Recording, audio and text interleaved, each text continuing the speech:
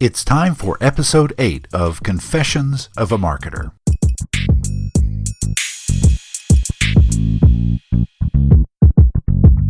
We're back with Duncan Chappell again, and a short part 2 that continues our discussion from last time.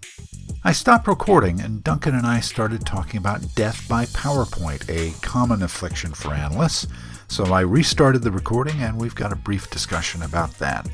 Just a short program note. Next week, I talk with my buddy Morris Porter about the sales-marketing relationship. Morris has been a highly successful sales leader, and I've seen what he can do up close. He has a unique perspective on the relationship, and I think you'll want to hear that. A couple other episodes in the planning stages, more to come on that shortly. On to the business at hand here. Slideshows and analyst relations. Let's get to the discussion. Duncan, wouldn't you love to have the experience of walking into a meeting with an analyst relations professional and not get a slideshow? Absolutely. There are so many reasons why that is the case. I remember the best briefings I've ever had. One of them was on a yacht. Yeah? Well, that sounds fabulous. So it was IBM. They took a group of us out into the middle of nowhere, not a very big yacht, not a very luxurious day. I mean, it's just a boat, really. But we were just there and forced to talk to each other and forced, therefore, to talk about things in context, to talk about ourselves and our own research, and to talk about them and their career paths and the competencies that their clients valued. And we were understanding not just what these technologies did, but why was it that I was here as a person and why were you there as a person? Second best briefing I ever had was with a senior executive from Oracle. Came along to the meeting and he took out an index card from his pocket and put it on the table. He just had some words written on it, and those were the things that he wanted to talk about. And we had a real conversation. Obviously it's important, it's self-evident, in fact, that having a conversation seems like a great thing to do, because spokespeople and analysts should both be able to hold up a conversation and create value from it. But the other thing is the incredible similarity of these PowerPoint decks. So I'm an analyst relations consultant, and people ask me, what slides should I have in my deck when I meet the analysts? And I say, well, firstly, don't have too many. But if you're going to have some slides, well, you should probably have this slide and that slide and this slide and that slide. At the moment, I'm in the middle of writing a PhD dissertation where I'm looking at industry analysts, and I'm part of a team of people at the University of Edinburgh who are looking at the way that industry analysts consume the information given to them. So as part of this, I've seen lots and lots and lots and lots and lots of pictures by different vendors in different industries. And what is astonishing is how similar these presentations are. Even if you're at different firms in different industries, they come along with the same stories. They're mobilizing the same rhetoric. They're using the same graphical tools and the same rhetoric and the same cadences and the same name dropping, and the memorability and the emotional effect of these briefings is extremely limited. And what you never understand as an analyst is how much effort has been expended to produce this uniquely bland hour.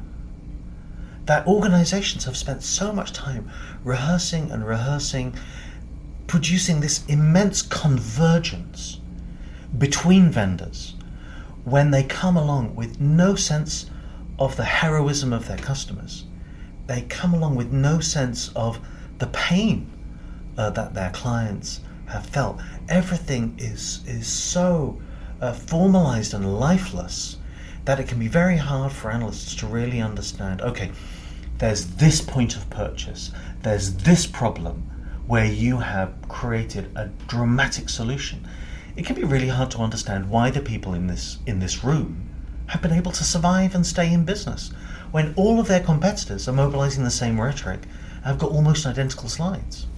Yeah, I having worked, for a number of analyst firms over the years and seen dispirited analysts exit briefings, kind of thinking, well, there's an hour I'll never get back. Yes. And yet that presentation that they viewed, as you say, there were probably a lot of sparks that were thrown off by a lot of people to get that ready. and they just don't understand what analysts should know. That's right. The one other point I would say about slides is the way that they lull the analyst to sleep.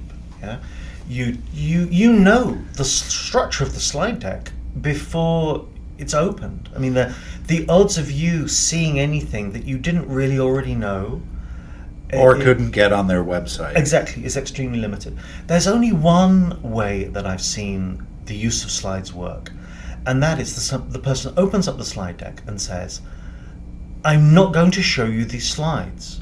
Let me just show you how familiar all of this is. And they press the down button. Click. And they click through. Yeah. And then the analyst says, hang on, can you just go back to slide 9? Right. That's the only way that it works, is to go down and see, is there anything at all in this deck that has any valence, that produces any kind of spark in the analyst? And that's the only way that I've seen slides work really well. There is a side effect of slides, which is, if you're a research director, I can hand the slides to my research assistant. They can go into the outline view, they can cut and paste the text into Word, and then they can write the headings up as sentences. And then that is an easy blog post. Right. It's an easy report, it's an easy memorandum. That's one advantage. For super lazy analyst firms whose research doesn't really matter. But I don't think organizations should be spending so much time on slides when what matters is not the slides. It's the stories, it's the emotion, it's the physical evidence that people are able to mobilize in these briefings. But as people use blander slides, and as more and more people take the choice to not meet face to face, but to meet online, or if they are meeting online, to turn off their cameras and to only appear as words on a screen, it's almost as if organizations are deliberately trying to give up every option, every lever that they have to make an impression on analysts. Or make a human connection. Right? Exactly. Yeah. Exactly. We call it analyst relations, but so few analyst relations managers are spending even 1/10 of their week really trying to build relationships with analysts. Well, it's great having Duncan on for a whopping 2 episodes. I really want to thank him. You can learn more about Duncan at kiacompany.com. As I mentioned, we're talking the sales-marketing relationship next time. This episode of Confessions of a Marketer was written, produced, and edited by yours truly. T. Jordan of A-Class Productions wrote the theme music. Confessions of a Marketer is a trademark of Reed Edwards Global, Inc., and this episode is copyright 2017. I'm Mark Reed Edwards. See you next time.